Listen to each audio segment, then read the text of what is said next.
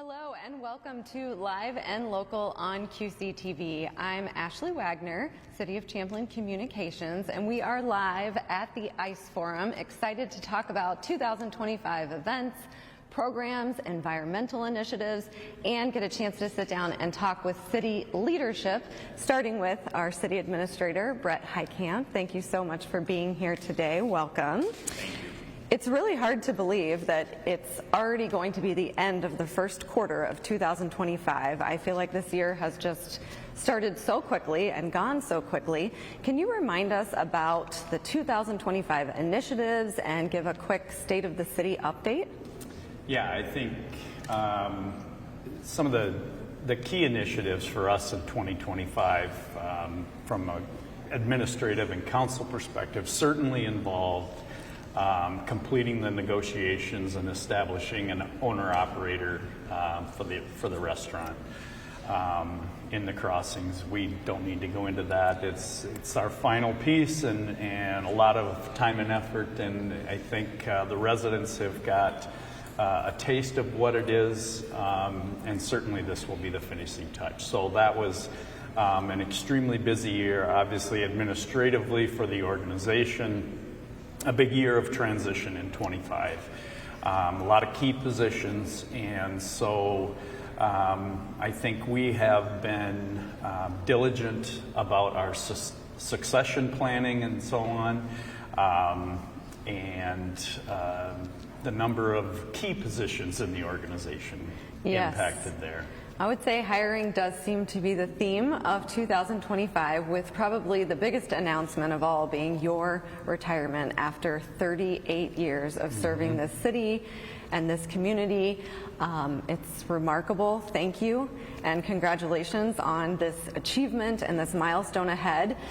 Don't worry, he's not done yet. No. We still have a lot to do, but I am excited to just take a second before we talk about that and that transition and what that timeline looks like, to just look back. So you started at the city in the Parks and Recreation Department, correct? I did. Right out of college, I went to work for the City of Chaska, and in my first 6 months there, I got a call from the City of Champlin, then it's the City Administrator, and said they were looking to start a Park and Rec Department in Champlin, and wondered if I had an interest, and I did. I applied and ultimately received the job.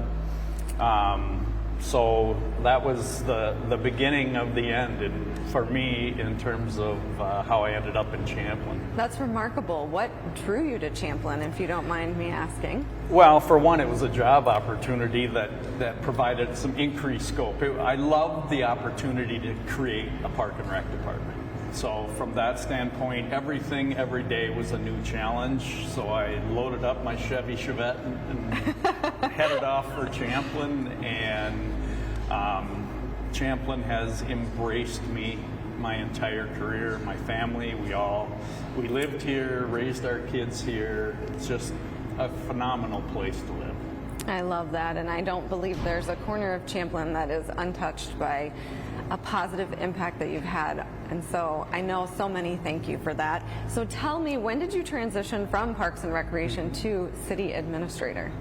So I was head of the Park and Rec Department, and then in 1991 we had some very serious budget challenges, and the organization went through a complete reorganization, and so I assumed the role of Parks and Public Works Director, taking over for or administering the Public Works end, in addition to the the Parks Department.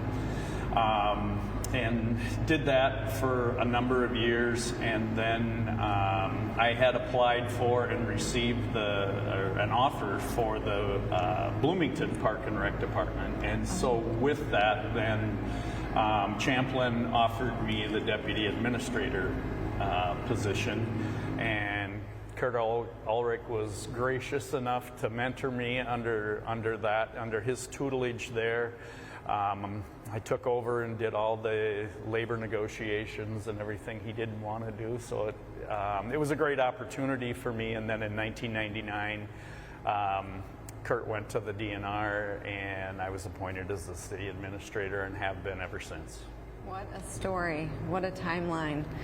So looking back at this career, 38 years, are there any moments that just really stand out for you? Whether it's a favorite memory, favorite project, certain community development pieces? I would say, again, I've been blessed with some good coaches and mentors.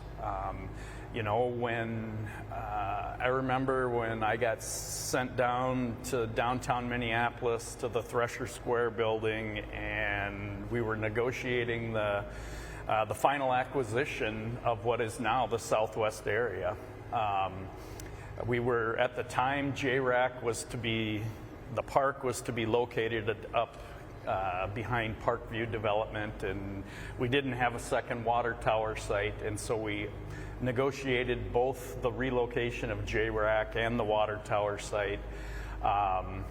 And so with that came Bob Engstrom, who is the developer of the Southwest area, and Bob was so far ahead of his time in terms of incorporating natural amenities, and from a park and rec standpoint, he and I had a similar vision on the trail system and what we felt it could bring to Champlin with its proximity to the park reserve and then tying in the existing parks. And for 3 months, Bob and I walked every one of those trails that exist out there right now. And so I think the development of the trails in the Southwest area and the parks, certainly the change in the focus of the Mississippi crossings used to be called the Gateway Development, and it would be now located at the location of the site directly adjacent to the bridge. And when we had just too many constraints with what the community wanted to do with the Mississippi Crossings project, and so I had offered up Mississippi Point Park, and which was at that point was just the access road to the boat launch, but we had far too much unutilized riverfront, and then it just matched and meshed with the council and its vision to reorient the community to the riverfront and to activate the riverfront for the residents. But I think I'm most excited about the fact of who and what Champlin is. I was a small town guy. We had a vision for Champlin. I have been blessed in working for great city councils. They stuck to their guns in terms of the development of the 169 corridor. We knew we didn't want to be the city of Ramsey and Highway 10 and a city of car dealerships, or, you know, in Brooklyn Park, Brooklyn Center. And I think it's turned out great. And I talked about how the community accepted me, and we invested as a family heavily in the community and all the civic organizations and the community pride the residents have. I'm just so proud to be part of it. And you should be. You've done a magnificent job, from creating the park system and the trails to the stamp you're leaving with the creation of Mississippi Crossings and the 169 corridor. You should be very proud. It's been fun. And also excited for retirement, right? Yeah. So I have to assume retirement for you, looking ahead, will mean time with those grandkids you adore so much. I am hoping to become a professional grandfather.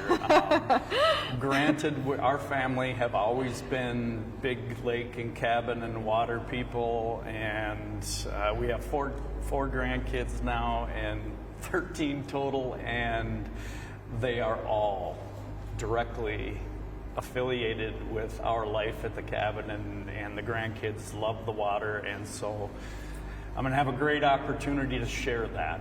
And hopefully pass some of those memories on to them. Going to be so much fun for you. Something really positive to look forward to. Well, give us a quick update on what will the transition look like, what is your timeline, and what are your hopes for the future of Champlin leadership? So my final day is May 26th, then, which is 60 days from today. I have been working very hard to check a lot of boxes, and it's really important for me to have things administratively bundled to the point that the person coming in will have an opportunity to do the true evaluation. It's time for Champlin to have a new set of eyes and ears, and you know, the vision is there. We have great development planning and whatnot. So I'm most proud of our staff that we have right now. We are in such good shape. No matter what the future brings now, we're going to be moving into master planning the Old Town area now, and with the with the county road changes that are coming on Dayton Road and ultimately the trail on West River Road, there's still fun things ahead, and certainly plenty of exciting opportunities to be involved with. Awesome. Well, thank you so much for your leadership, for your time. I know I speak on behalf of the staff when I say the next person coming in has very big shoes to fill from the standpoint of caring and loving the community as much as you do, caring and loving your staff as much as you do. We are really grateful for your leadership and just can't thank you enough. Thank you very much. Champlin is a huge, huge part of my life and always will be. So. Well, the good news is you're not done yet, right? Not done yet. So we're saving those tears for May. Exactly. And we still have a lot to do over the next 2 months, and I'm looking forward to it, as is the rest of the staff. We're in good hands. Thank you. All right, thank you.